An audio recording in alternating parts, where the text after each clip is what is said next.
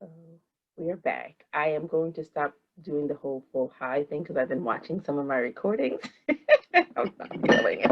Oops. But welcome. This is day 4. You're going to be seeing this, and our third facilitator experience discussion.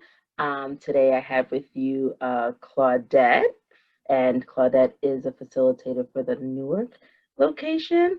And I am really happy for you all to meet Claudette. So, Claudette, introduce yourself. Okay, so my name's Claudette Craig. I am a chocolate milk facilitator.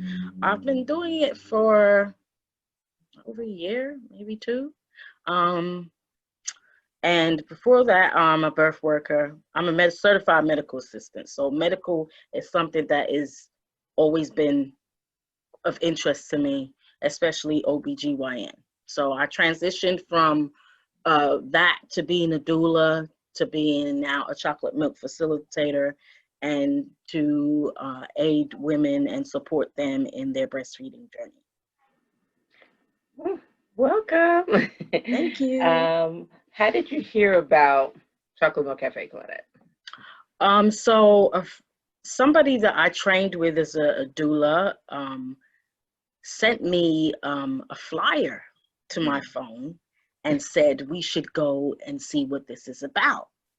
And so I was like, yeah, we should. And so she found the information, and then, we were able to come to in person to one of the meetings. And Yeah. that's where I met you for the first time. Actually, we met No, before we this. met at the New Jersey at Jersey City in the university. That was the second Yeah. time I met you because you were speaking on a panel. That's right. Yeah, the Okay. Birth Justice Symposium that happened, Yeah, that was great. last March And or something. so remembering you from that and being able to go, I was like, yeah, I need to. So we came to the meeting, and there were breastfeeding moms there. And it was just interesting. My first reaction was, wow, they're just so comfortable and everyone's doing their own thing. They're breastfeeding. We're talking, we're having conversations, but everyone's sitting around just being comfortable like we were just hanging out at a restaurant, or we were was my first initial impression of. I was just like, oh, okay, this space is interesting. I like this. So, and then just being there and listening to the different stories. Well, I think one of the things that struck me most is how informative the mothers were, and when it was interacting with the facilitators and CLC that was there, everybody just had information, was Yeah. just going back, and this was the conversation. So those were the things that stood out in my head when I first came to see what chocolate milk was about. Well, that's great. Yeah, I enjoy when we have those type. During this segment, our audio cut out a little bit, so I'm here asking Claudette what inspired her to become a facilitator.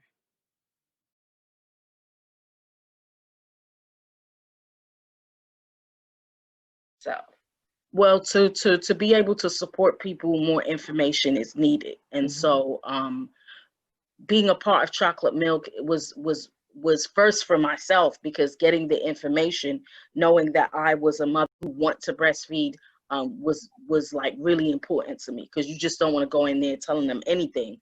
And so not having the experience of breastfeeding, I felt like being a facilitator with chocolate milk would be help me to be amongst people who've had the experiences and listen to what they're saying, and then kind of find my way from there. um, you know when you're doing this kind of work, it's always that you're gonna keep learning new things each time. So I think with chocolate milk, I think that was the beginning of me in my head saying, this is my breastfeeding journey in the learning aspect of it, because I didn't do it when I had children. I didn't really have, um, I would say, that never came up. It never came up, and I didn't even look into it for myself. I was just, mother, 18-year-old mother, first time mother. And I would say I didn't really have an idea what I was doing, but I was Mhm. able to, teach my children, children. But I think one thing that I've realized is that with everybody that I've met through Chocolate Milk is that the research and the learning is just like you have to. You can't just be going into stuff, you know, willy-nilly and just doing it. You know, parenting is important, and you need to pick the best choices. And so when people come to Chocolate Milk, we want them to know that, you know, coming here is part of you being supported and part of you answering some questions that maybe, you know, you may think is silly, but it's really not, or have experiences that you're having and you may be embarrassed to say what it is. And there are many other mothers that can help you out. And in our meetings, that's usually what happens. People are talking about things that they've experienced. Yeah, I normally have been asking people about their breastfeeding experience, and you just highlighted about how you didn't necessarily breastfeed, but just one of the great things about having you on that I mentioned is that it is good that not everybody who is part of Chocolate Milk Cafe, or when we describe peer, you need to have been somebody who breastfed. This is how we break down some of the barriers. You can come into Chocolate Milk Cafe as someone who's just a breastfeeding advocate, a dad, non-binary, grandmother, aunt, like whatever, however you show up, we are here. We want you as part of our community. Outside of just Chocolate Milk Cafe for you, how have you been able to support breastfeeding? Because I know we've talked in the past that you reading, you know, just learning from others. Most of it was, I would say, reading, finding the information, reading, you know, reading different books, talking to, I've talked to a few people that have breastfed and what the experiences were, even being able to speak to my sister-in-law, you know, just different people, you know, people in my family, because on my side of the family, I would say my mom and my grandmom didn't either. So, you know, the conversation with them was at some point, and I think I had a conversation with my grandma last year, was like, why you didn't breastfeed? You know, was this something that happened that made you not breastfeed? And she pretty much said the same thing, that, you know, just, you know, it never came up, and she just, you know, she just didn't have the desire to do it. She just, you know, this was the way they were taught. And, you know, in her culture, because my family are from West Indies, their culture, she was just going with the flow. That's how it was going. She had these kids, and everybody, my aunt, her sisters, same thing. And I just thought it was interesting that, you know, that they never did, and they never asked why, or they never asked questions. And so I kind of felt like that was kind of where I got into that, is because they never asked, and my mother, she totally didn't. And, you know, my mother she didn't take care of me and my siblings. And so actually she left. And so my grandmother was the person that took care of me and my brothers. Yeah. So as someone who is advocating or whatever, how do you show up for others, like in your community, who may be thinking about breastfeeding? What kind of like information do you give to them? So the discussion would be, you know, the importance of breastfeeding, you know, what are the benefits of it, you know, how you can prepare yourself or your body to breastfeed, you know, what kind of things you can do, positioning and different things like that, how it's going to be in the sense that, you know, people think, you know, oh, breastfeeding is just going to be this like wonderful thing, and maybe it won't be, or maybe it will be in between. So just giving them the comfortability to be able to come and say, hey, you know, I'm not doing good with this, what else can I do? So the information is what I do, is study what I know, get things from other people, what I know, and then bring it to them by giving them those informations, talking to them about what they expect, you know, what the expectations, and then we could talk about what's the real expectations as far as being a breastfeeding mother. And connect them where needed. Yeah. All right. Well, I'm gonna also ask you about training. So how is the experience? I don't know if people are gonna be tired of hearing like you know me ask this question, but what was your experience like with the training? Because it actually was last October. I mean, no, April 2019. Like we did the training. How did that go for you? What was your experience? Because it was a big one. The training was an eye opener to me. You know, just listening to the stories. I will say there was a point where I kind of felt like, wow, these people have so much wonderful stories, and that's not my story. But I know you were quiet for a lot of it. yeah, I was, and that was because most of it was because I was listening, but the other part of it was like, like, what the heck am I doing here, kind of thing. Like, I don't have that story. I didn't do any of that.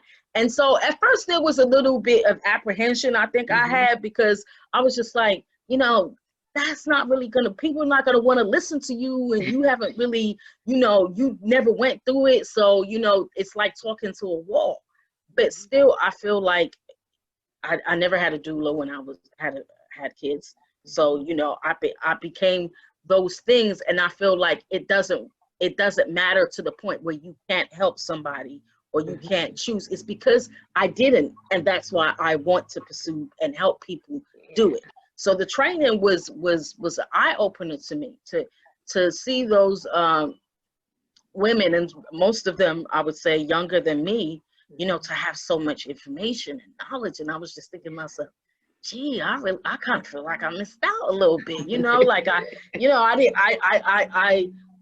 didn't serve myself or my kids well enough to even want to think they knew so much. And it was inspiring. It was like I think it was like a little bit of healing process for me, because at the end of it, I kind of felt like, there's space for everybody, right? Yeah. There's space for everybody. And that's kind of the interaction that was going on with the meals and everything, and us sitting talking and just wandering around, going on walks in that beautiful neighborhood we were in.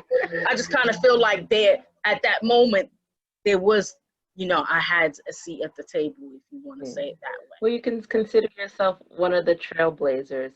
I'm not going to say you're the first to be a Chocolate Milk Café facilitator that didn't breastfeed their own children, but you're one of the few who also is in like an IBC, like lactation, in the lactation field initially.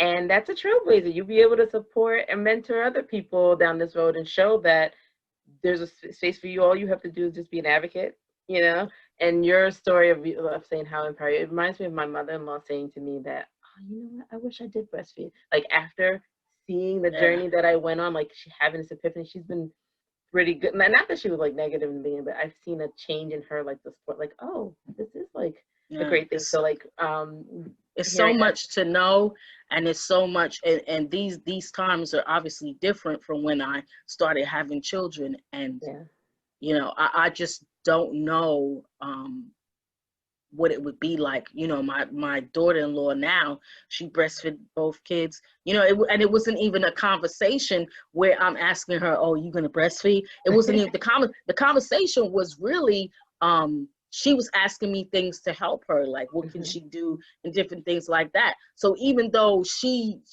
wasn't really considering it in the beginning, she did it for as long as she wanted to, and she was proud of the fact that she did do it. My sister-in-law too, in Atlanta, she's the same thing. She didn't do it with the her first child, but with the second one she did, and she did it for 6 months. And she was like, oh, she went back to work, and it was just a lot for her, and she was like, but I'm proud of my 6 months that I did. That's all. You had a goal, you reach it, that's it. That's all you need. Yeah, so I would say with both of them, because they were the most recent ones, I would say. But both of them, I would say, just again, finding the information. It's inspiring to me that people want to do something, and then they do the research and they listen. It's always a learning thing for me, where I'm learning and listening to others and listening to their story. And I think it's amazing that people are choosing to find alternatives, as opposed to just being, okay, well, go do this, go get the formula, go get that.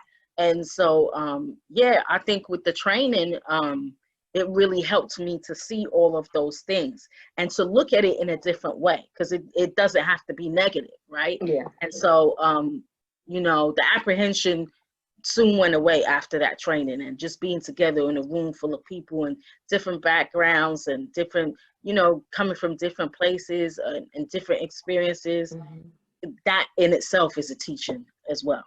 Yeah, I tell you, I always, because I keep saying, oh, I've been to 3 of these trainings, but every time it's like, it's different, but it's also the same. It's like witnessing like these Black women be in space with each other and hold space for each other and just be like, I remember when your training was just a lot of talking. Like we didn't get to some things because everybody wanted to share and some people shared a lot. But it was just like, but we needed that space because a lot of people, even if you are doing work with Black families and in Black spaces or whatever, sometimes you don't get to be your full self, bring your whole self into the room. And sometimes there's still like, you know, so for this, it was like really holding a sacred space to where everybody was just like, I can take my bra off and be in this space and really feel comfortable. And it just, and people were sharing an emotional side to them. You know, some people were getting emotional talking about different things in their journey. And to me, you know, just to be in that room with women, you know, this always stereotype that we can't be in the same room with each other or get along or whatever. That was the moment where people were not really knowing anybody, or to be sharing the personal stories that they're sharing with people, and it just felt so natural. It was just so free. And I think that was another thing that stuck out to me about training, the facilitators training. That's good. I'm glad to hear that. So you go from training to now you're facilitating. And what's that like for you, facilitating with Newark? Because you and Jillian got to take over my beloved chapter. Yes. And I am very impressed with how you guys are doing your damn thing. I think me and Jillian have a like this secret thing, and I don't even know what to call it. Like, you know, we're in sync together, and I think that plays a big part of it. Being on the virtual side of it now has made me more confident, I would say. It was totally different from the space that we were in before.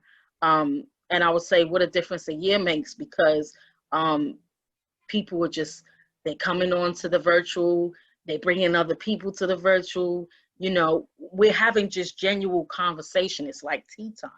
So, you know, we're sitting here and we're talking different topics, you know, at question and answer class, it'll turn into a whole nother topic. And so I think we found a way to make it fun and educational at the same time, and informative, to the point where people want to come back each month. Yeah, I keep trying to get other facilitators to come join y'all meetings, because I love when you do the questions, like the icebreaker questions. I think it's a conversation piece, and you know, I would say that not all the time, you know, we know exactly what it is we want to talk about, but you know, I will say with the participants and between myself and Jillian, and you know, the support from you and I can't remember her name now. Shonda, LaShonda. Are you talking about my sister? No, Vicky. Vicky, Miss Vicky. You know, it just makes it a space where people are just comfortable to come and share and give ideas, give tips. And it's not just us talking all the time where we just like, okay, this. People are participating. They're well, let me tell you what happened with me when that happened to me. And they're willing to share to help the other person. And, you know, it's amazing to me because that wasn't what it was before. And so it's evolved. And the evolving of the Newark chapter of Chocolate Milk, Chocolate Milk as a whole, is inspiring. It's inspiring, and it's definitely a tool that could, if you're looking to want to be a facilitator, or you are breastfeeding, you need some help, it's definitely a space where you can come and feel comfortable. Yeah, that's true. I really enjoy what we're coming into and seeing all the different, like the growth and everything. It's been a little back end. Sometimes it gets some little kinks in there, but like everybody is flourishing. Like especially you and Jillian. Like I know, full disclosure, when we like last year, it was like, ain't nobody coming to these meetings. Like, what is the dag? Honestly, it was for me personally, it was starting to be like, what is the point? Yeah. I'm literally running to get to this meeting on time. And when I come here, I'm just like, what are you doing? Like Listen, I literally I ran for moved like, hours trying to get here, and then nobody's here. So for the year to change the way it did, I'm grateful. I'm grateful, yeah, and I know I'll tell Jillian you, is too. I moved 35 minutes away from Newark. And I remember driving the opposite direction to drop my kids off because while kids are welcome in the space, I can't focus if I have my kids. Because when my kids do have come to the meetings, they're like running and asking all these questions. And I'm just like, I'm trying to lead. I'm trying to pay attention. And it's fine for them to come. But for me, sometimes it's like, oh, if my friend can watch my kids and I can come by myself and mug all the stuff. So yeah, doing that monthly, and we were having a morning meeting. I think it was Monday mornings, and getting there, and then having no one show up, and I'm like, I definitely get it. Like it's funny because I remember having when we first met Rhode Island. Hugh from Rhode Island, the facilitator, my sister and I were talking to her, and she was like, "I just made this commitment." I go, "What validated for her was meeting people in the street and them telling her how life-changing chocolate milk. And she's like, they don't even come. No one's coming to the meetings. But just knowing that it's available, that was a thing for her. And I'm like, that's true, but like, trying to have her, I'm like, you need to talk to the rest of the facilitators to convey that. But then, COVID happened. And then we didn't have to go down that route because people were like, well, I'm home. Oh, Newark exists. Then let me come to these. And then seeing the change in the vibe from you and Jillian, like, and me even like understanding, like, oh man, there are people who need this and they're coming to Newark now. Look how many people, like, Newark is like one of our high attended meetings nowadays because Great. yeah. It's really great. And even doing when we were doing the takeover and that whole experience, I was just like, for people to come on, and when Jillian did her little segment at 5 o'clock, with the sister that was there, people were, Lauren. I was watching like on the feed, like I'm watching, like I'm like, who are these people? Like they were so interested, and people were making comments, and I was thinking to myself, maybe this is something we could do more often because people want to know what chocolate milk is. What are you talking about? Yeah. And never take for granted that everybody knows what it's about. And so doing these, even though, I will say I really don't like videos, but I do them. I practice them because to know the person behind what they're trying to introduce and sell to people as a support system is the biggest thing that people want to see on social media. Yeah, no, I tell You're you, gonna skip over the writing and watch the video because you yeah, don't I'm want to tired read of it. seeing my face. I'm tired of hearing my voice, but I get it. You're right. It's funny when the amount of compliments I get for Chocolate Milk Café. Oh, I love that name, and people have no idea what it means. Yeah. It was some company that I did something. They were like, "Oh, I could go for some chocolate milk right now." I was like, "You don't know." My husband and I were just laughing. Like, you don't know what it means, but okay, I'm not gonna tell her. I wore the other T-shirt that we had for the breastfeeding week, and that got a lot of stares too. People were looking. A couple of people asked me questions about it, but people just looking like, what does that mean? About that milk. Yeah. What does that mean? And just even the catchy phrase of that, people were drawn to certain things, and so even that phrase, I noticed people were looking at my shirt the day I wore it, and they were just like, what does that? But not sure to ask me what it means. I mean, you can see the picture, but although they're not really. It's a silhouette. but they're just like, does that mean what I think it means? It does. But yeah, so just to recap a little bit, for Black Breastfeeding Week, which is the last week in August, our facilitators or chapters did a takeover each day, and Newark hosted a takeover. Where I like your video too, with your intro video. You and Jillian got to talk to each other. That was good. And then afterwards, Jillian interviewed the trauma queen, Lauren J. Turner, I think. No, I'm sorry, that's the other Lauren. Lauren, trauma queen L, basically. And she talked about just breastfeeding through trauma. We had her on because earlier this year we did a little campaign where we showcased breastfeeding videos for Black History Month, and we were highlighting that we are our Black history, and sharing, how we're changing our generation and whatever. And her trauma picture and her discussing breastfeeding through trauma really got a lot of attention. So it's like, oh, we should bring her on. And Jillian knows her, and that was great. I didn't realize she was in New Jersey, but that's awesome, Right. So she and Jillian had a lovely conversation, and the takeaway that I had from that as well is that they also did a tapping in Yeah, that was, the during yeah, the session, and that was good to yeah. see. So that did get a lot of responses. If you're interested in watching that video and you're watching this on YouTube, we do have a YouTube channel, and all of our Black Breastfeeding Week videos are up there. Even though it was a Instagram Live, we were able to capture the recording, and it is available to view. even the Newark Takeover is available as well. So watch them all. And then the shirt that Claudette is talking about, I am not going to go get the shirt, but I will show you the sticker that it was inspired by. And ours say about that milk life. They were made directly for us by, the artist is Lauren J. Turner. Hey. She makes these stickers through her business called Birth Nerds, and she's great. I should do a video just on the stickers because I still have more stickers here that I want to like put out for people. And that her images. Okay, I will show you another one because she does drawings, and this is her actual art. Oh, yeah, I think I saw that. Here we go.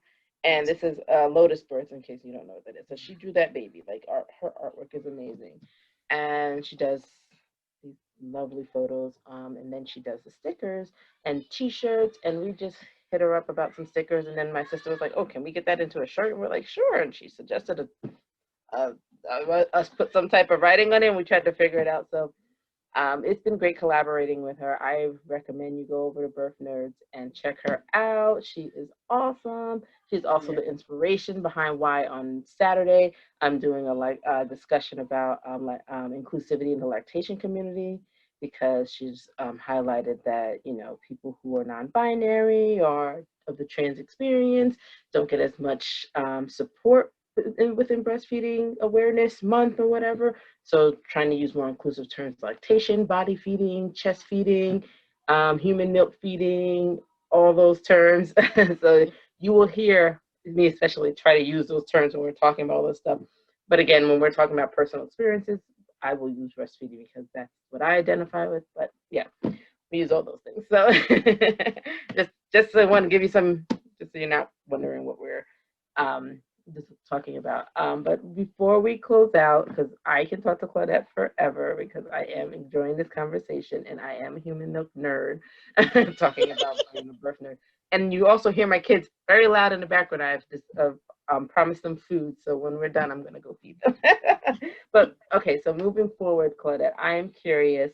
I've been asking this question to everybody. What would you like to see moving forward, or with the future of Chocolate Milk Cafe? What can we do, or what do you see in our growth for chocolate? I'm struggling. I have struggled with the question itself, but like I think you understand where I'm going. Yeah, I wonder why, but okay, I'm gonna give you a response. I would say, what you create is and you manifest that, it's gonna come to what it's supposed to be. But for me, I think trainings and more ways to be able to reach out to people, to be able to be either a part of Chocolate Milk or be a participant. More of suggestions or things that we could do to try to get people to come in and get people to support, maybe be able to do support somewhere as a collective, places, just more learning tools, and I think we have enough people in Chocolate Milk that can teach and teach and teach and teach. And so, for all of us to be, I would say for myself to, to be able to be that would be something that I would look forward to with chocolate milk. But the other thing is that I look forward to, you know, the growth of all chapters, especially at the Newark campus, you know. And so, you know, and more people who want to be a part, you know, genuinely want to help, genuinely knows the purpose and the mission of chocolate milk, which is to support our Black families, right, in their journey to becoming, you know, this breastfeeding wonder, and to pass it on the information. All right. Passing on information is the most important part, I think. You know, don't keep it to yourself, you know, help somebody else. You know, you got help, so go help somebody. And so that's the message I think, you know, I would like to see put out a little bit more. You know, let's go help more people, you know, Okay, so I'm as hearing it comes. But COVID has kind of jammed us a little bit. So yeah, well, yes. just a little. But I'm hearing more collaboration and more marketing and promotion of us. We do need some support in that, because in that department, I tend to be the one-man show for that. Yeah, and not for nothing, Takesha, it's not the easiest thing. It's not. It's not the easiest thing. The variation that I have for my own stuff that I do, my own business, of having to keep posting, it is irritating. Listen, let me tell you, so before Chocolate Milk Cafe, before Families for Equity, before I was a mother breastfeeding woman, I had a cake business. Really? And yeah, that's why the baking one. But I only made cakes. I only made gourmet pound cakes, natural organic ingredients. They were bomb. I had like 40 flavors when I was done. Blackberry crumble, pineapple coconut. I'll make you all hungry. You should have never told me that. Chocolate cherry. I'll make them. Like I was gonna have a thing for the holidays, and I'm tired. But if you want a cake, I can make you a pound cake. I can show you my whole thing. It's very confusing. I mean, not confusing, but it's very overwhelming because you want them all. Like sweet potato. Right. And I don't say that because I'm like, but there's just a lot of flavors, like sweet potato pound cake, crumb cake, apple crumb. Like I did all these things. Like it was amazing. But the way I was able to get orders was, first off, my husband at his job, my mother at her job, my sister at her job, my cousin. It was all family initially. Like that's how they tell you in multi-level marketing. They'll tell you like get your family and friends or whatever. Yeah, So that was one part. But I was like, before Facebook and Instagram and all these things became so hot, I was doing this 2010, 2011-ish, before I had kids. And I was posting every day. So you know how I share on Instagram my pictures of me baking? That came from me doing that when I was and walking.